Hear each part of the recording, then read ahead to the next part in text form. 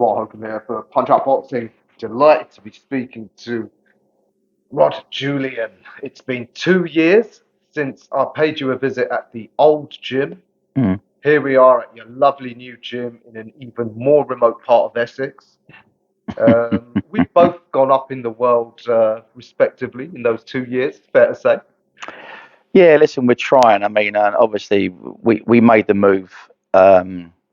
The only reason we made the move, I think, like it was hard times. Obviously, a couple of years ago, it was hard financial times, and I had some sponsors get involved and give me an opportunity to come here, which was half the battle really. Without sponsorships, you couldn't do anything. Do you know what I mean? And obviously, we've got they've now given us an amateur club here.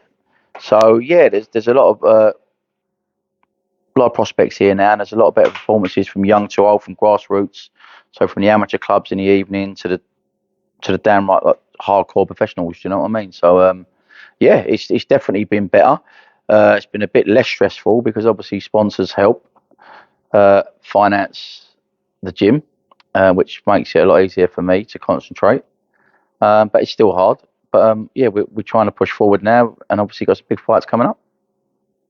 Yeah, absolutely. I remember when we spoke 2 years ago, you were still sort of just on the ascendancy. You were still looking for that breakthrough big title win, and you said that you want to be known as a place where you build champions. And I think it's fair to say you've largely done that. Um, Obviously, Sam Gilley's still probably at the Yeah. highest level with the Commonwealth, but you've got that first coveted British title with Liam Dillon.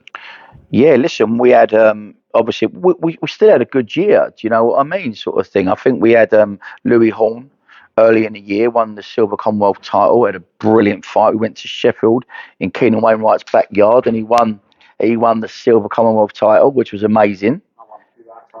Yeah, and then obviously Liam Dillon, who Ross Pearce trains and I manage. He won the British title. Amazing. Like so. Sam Gilley won the Commonwealth title. Sam Gilley's now number one in the country. He's now ranked the best of the best, and we've now obviously signed with Frank Warren, Queensberry, which was the best move we've ever done. I think to keep Sam active and give him a bit more of a better structure. And obviously Sam's next fight is coming up. It will be announced tomorrow for the British title, obviously against Louis Green. They fought once before. They're doing it all again for the crowd to see yet again. So yeah, we'll get this done. You'll see the announcement tomorrow. I ain't going to give you the exact date today, but obviously we're waiting for it to be announced tomorrow. So it is going to be quite soon. And yeah, it's great. And then, like you're saying, in a minute, then we've got Harvey Horn, who you've interviewed earlier. He's obviously going out to Texas to fight UK v USA against one of their lads, and we're very confident in him doing that. And next week I fly out to Dublin on Monday with Shauna O'Keefe. Been training Shauna for about 15, 16 weeks now, and she's a great fighter with great ambition. Do you know what I mean? She's been a breath of fresh air and a pleasure to train. And I've gave her a few new strings in her bow, and we've worked on a lot of plans. We've got to know each other over the last 3-4 months. And yeah, we're going to go out and we're fighting on the SSE Arena on Fight Pass to do with Dana White. It's going to be a packed out arena. So we're looking forward to that. So in the middle of all this, you're trying to juggle your fight team and where to be. Obviously, we can't go out to Harvey, but I'm sending somebody else out there because I'm with Sam. But yeah, this is what we do. We've got a good team, and we try and spread it out equally. You know. Just on Sam, getting him signed with Queensberry, that's probably a bit of a quantum leap for you as a manager and coach, because he was the first kid you brought along. Yeah, I mean, I've had Sam 10 years now. It's me and Sam together. I think this is like a match made in heaven. I think that it's proved that me as a manager as well as a trainer can provide and get opportunities for any fighter. You think we started on a Steve Goodwin small hall show for a few fights, and we worked our way up. Won the Southern area, won the English. Do you know what I mean? Won the Commonwealth. He's now ranked #1, the best. And we'll get this done, and we move him on to world level after this, European or world level, and it proves 10 years we stay together, we stay at it, and it shows like in this gym from grassroots we've got some lovely young guns coming through. Who I manage, Ross trains. We've got Max Schwartz, national champion. What a southpaw he's going to be. He's out in October. We've got Ross Driscoll. He was a fantastic amateur. He's now making his debut on the 28th of September. On that night, we've got Jordan Dujon, we've got Billy Jackson fighting Cena Byfield for the eliminators for the Commonwealth and the English. And obviously, Liam Dillon's on that night as well. So we've got 4 fighters from this gym on one night. I don't think you hear about that a lot anymore. So the team now is busy. And obviously, we've got a good few champions in here now. And obviously, Sam is obviously leading the pack. But they all look up to him, and he comes back in and he gives the young guns advice, and he helps them out too. And there's no I in this team, you know. And it's the old cliche what we say: teamwork does make the dream work in RJs. And yeah, listen, we've got a complete team now. Ross Pierce, me, Donnell Smith's here. He's got Courtney Bennett. Tino Bello, do you know what I mean? We've got 3 or 4 other great fighters, and it's spieling out, do you know what I mean, throughout the whole team. And then obviously in the evenings, you've got the amateurs, the grassroots, that we're feeding fighters to, and then they're going to end up coming into the professionals. So we're trying to build like an academy for what we have here. And I think, yeah, it's slowly working, yeah. Since you started to get your fighters into championship level, where you're going to experience the highs and some of the lows, obviously guys like Jordan, Liam, you know, they haven't quite got the rub of the green like on the scorecards. Yeah, definitely. Now that you're becoming a bigger outfit, you know, as Yeah. you said, some of them fighters, they've wanted to come to you because they've Yes. seen what you've done. You'll get more known by the more powerful promoters, and you can get those fighters. Well, I think we are. I think we are. I think that obviously Sam Gilley, obviously, from what he's achieved with me over 10 years now, Liam Dillon, what he's achieved. Do you know what I mean? I think recently a couple of boys fell a bit short. Jordan Dujon, he fought Ebeniki for a Southern Area title yet again, and I thought he won that fight quite comfortably, and they give it just against him. But that goes to my thing about I don't believe one referee should judge a Southern Area title fight. I think it's completely wrong. I think every other title has got 3 judges. You're looking at costings or funding or whatever it might be, but give the fighters the opportunity to dig in and split the cost between the 3 of them to have 3 judges. I think because the Southern Area was always renowned as a prestige, great belt. You won the Southern Area, you'd achieved something great in boxing, you know. And now it's getting, like, not being funny, for a referee just to solely judge that fight, equivalent to a 4-round fight, I think is horrendous. I think you're taking kids' dreams, that might be their pinnacle of wherever they're going to be.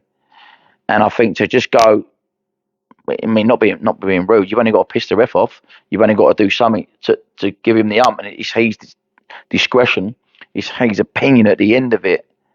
And I've seen some very, very bad decisions in the Southern Area title fights from referees solely on their own, and it's ruining the Southern Area, to be fair, in my opinion. So yeah, that's my point on it. Would you say you've had to sort of experience more of the learning about how to navigate the politics a lot more now? Oh, definitely. Listen, obviously, I'm in the management business as well. So, yeah, there is. Listen, it's a hard game, the management business. There's a lot of good managers in the business. I like to think that I'm managing fighters in the correct way, giving them big opportunities and getting them title fights. But, yeah, definitely, I think with us here at RJ's, we care for fighters. I care for fighters because I still think a manager in a gym around the fighters that he trains and they manage in one gym sees more than the manager that sits in his office on the phone. that don't have that connection with the fighters. You're a manager that manages 30 fighters. You don't even like, you might know some of them, but you don't get to be with them every day. So I think that sometimes a manager's point of view and a trainer's point of view is completely different, because a trainer will go, well, I don't fancy this. Well, manager, this is what you're having. So in here, that doesn't happen. We sit down as a team, manager, trainer, and fighters, and we sit down and we go, right, we're going to do what's best for you. We might have had an offer come in and go, this ain't for you right now. But a fight will always take the fight. That's why it's up for me and say Ross Pierce, or we'll sit down and discuss what we want first. Then we'll go to the fighter, and then we'll discuss it with them. But everyone has to agree. Everyone has to agree what's best for the team. And fighters are always in a rush. So I think they've got to try and stay ready at the minute. The way the game has changed, the game is completely different. You've got to completely stay ready all the time in camp and take every opportunity you can with both hands. Do you know what I'm saying, Joe? And I think that a lot of fighters now is going out to Saudi and things like that. If you're ready, you're getting the opportunities to obviously go out and have great fights. Do you know what I mean, sort of thing? So yeah. Would you say your ambitions have increased or changed since we last spoke? I don't think so. My ambitions have always been high. They've always been high. I always want to train world champions. End of the day, and I won't stop till my deathbed till I do. And I think it's coming very soon. Obviously now we've got British champions, Commonwealth champions, we've had English champions, Southern Area champions, Commonwealth silver champions. I ain't got to explain myself what we're achieving at RJ's. You can just look around, speak to everyone, see what this gym is, what this team is doing. And I think, yeah, definitely, it's only the natural movement to roll forward to go, yeah, we want world champions now. Of course we do. I think it'd be wrong. I think Shauna O'Keefe's going to be a world champion in the next 3 or 4 fights, and she could potentially be our first world champion. Sam Gilley is not too far away either, and yeah, literally, we've got a lot of great prospects coming through, and now, and it is getting fantastic. Do you know what I mean?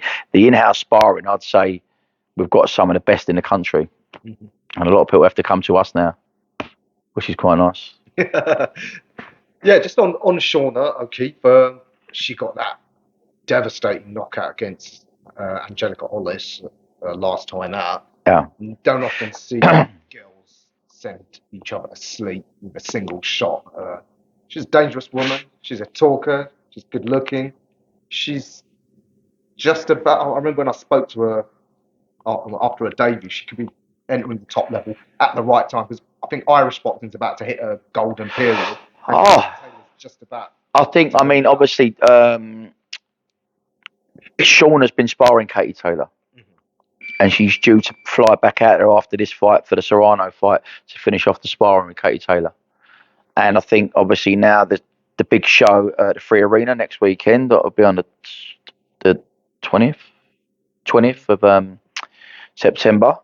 And yeah, I think Dana White is obviously bringing up boxing back to Ireland, and I'm great to be part of it, because I've never been to Ireland, and the support has been amazing. And I like to think and show everybody that Shauna O'Keefe is not just a powerhouse. She's an amazing boxer too. And I think you've got to remember her skills and what she can do alongside of just being a powerhouse. And I think, yeah, we're going to see a world-class performance from her, I think, next week. So, yeah, it's she's had brilliant sparring for this camp.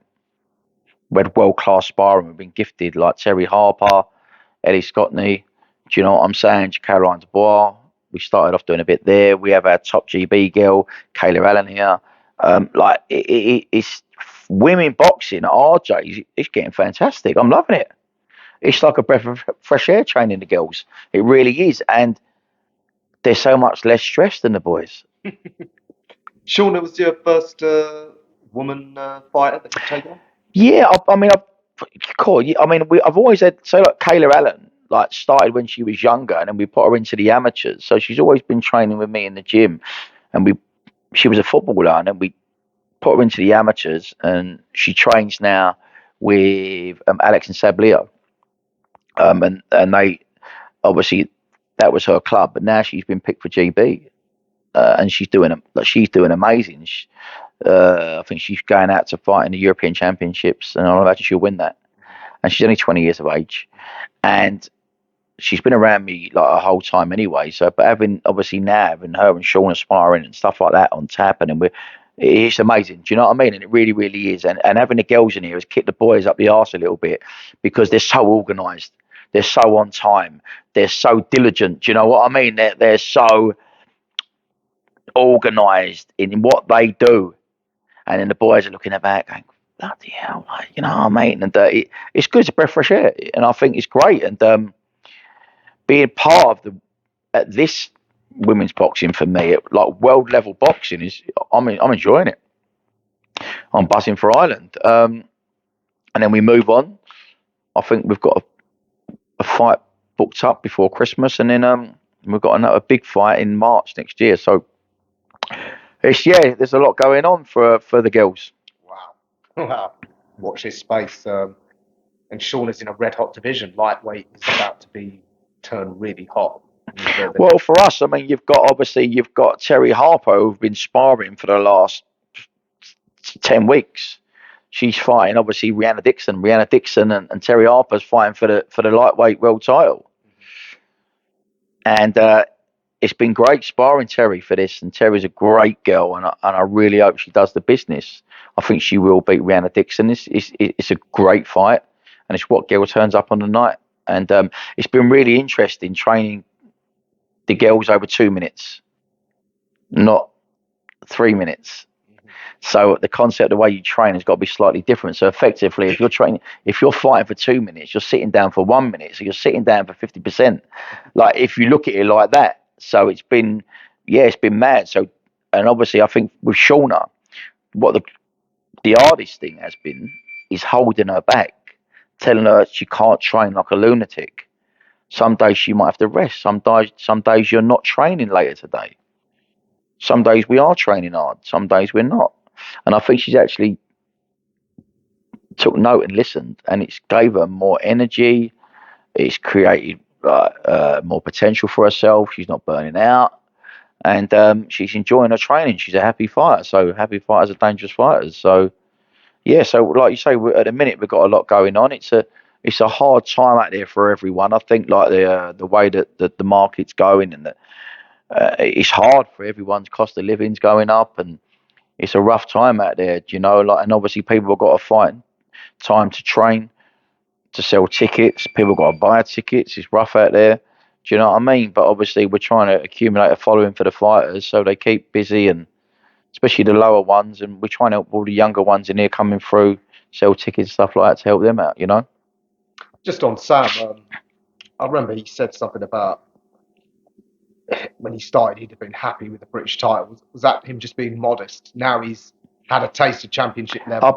I'll tell you a funny story. Me and Sam got into this. Sam never believed in himself, and he said, like, "What do you see in me? What do you see in me?" And I said, "Look," and we tell this relentlessly. And I said, "Look, if you give me 110%, I'll give you everything you ever dreamed of as an 11-year-old boy." And I believed in him in that time. And then we started boxing, and we said together, and he said, "If we win a Southern area, we've had it off. Like, we've made it." And we both went, "Yeah, let's just win a Southern area." Do you know what I mean? And he boxed through, and then we had a breakthrough fight against Ryan Toms, who just beat the Olympian Fred Evans. And Sam stopped him, and I was like, "See, GB, what, like, don't worry about these guys that have done this and that. Worry about yourself." And he went on, and then he fought for the Southern area against what was his name? Curtis Felix, I think that's what it was. And he won a Southern area at welterweight. Remember, Sam was always a welterweight, and as he's growing up, he was 20, 21 years of age, like at that time, and then all of a sudden he won. And me and him, I had a little smart car at the time, and it was like the only Force and Horses clip.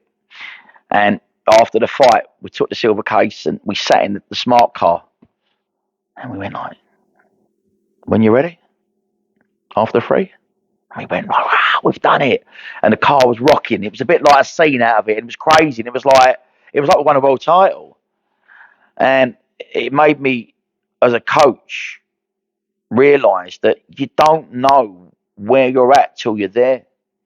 It's great to have the aspirations and the goals. Do you know what I mean?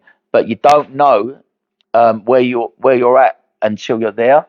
Um, and Southern area. Then we got then we got to then we then we got to the Southern area, and then we go right. Then we go for the English. Then we won an English, and then or like we won the Commonwealth. And it's all right when people come on the scene. They go, "Oh, he's a world champion," but let him just get to each stage first. Then you can go, he's at this level, he's at this level. Well, you can't be at world level if you haven't won a Southern area or an English or a British. So you're like, come on, like learn on the job. But obviously, some people are more decorated than others. But yeah, like listen, it's been a great journey. We're 10 years in now. We're still enjoying it, and he's a credit to me and the sport and the gym and everything. Do you know what I mean? Yeah. So I remember we used to fight for nothing. He never even had a car. He used to get dropped to the gym. He used to live on a used to be on a bunk bed in his mum and dad's room with his brother.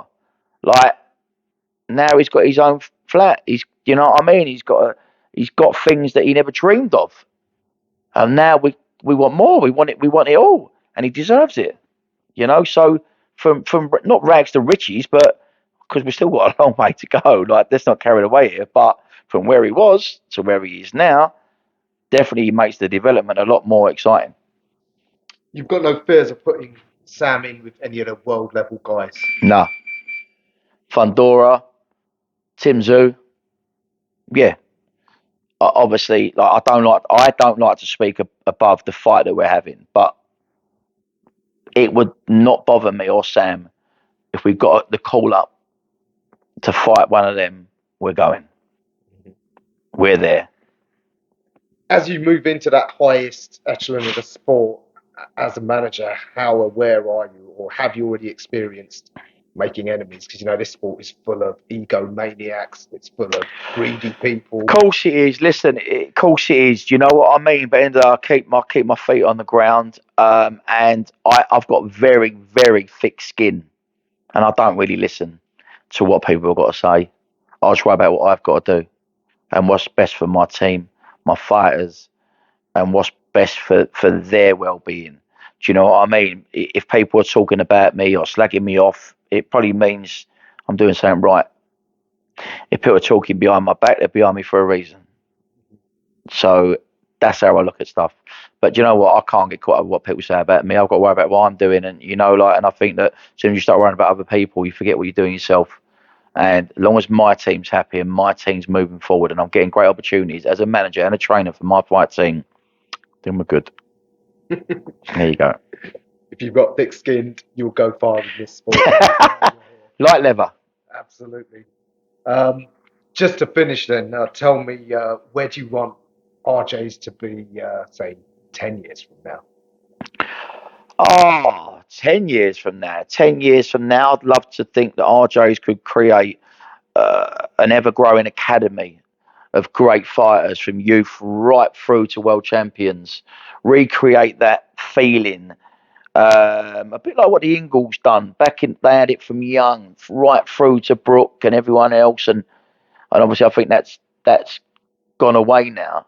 But obviously it does over time. But I think in 10 years to come, I'd love to think that RJ's is breeding world champions and an academy that's just so great that everybody wants to be at, and yeah, all memorabilia and stories on the walls, and probably like when I'm old and grey talking about it. So like, yeah, so there we go. Well, look, Pierce Brosnan's playing Brendan Ingle in the movie about him.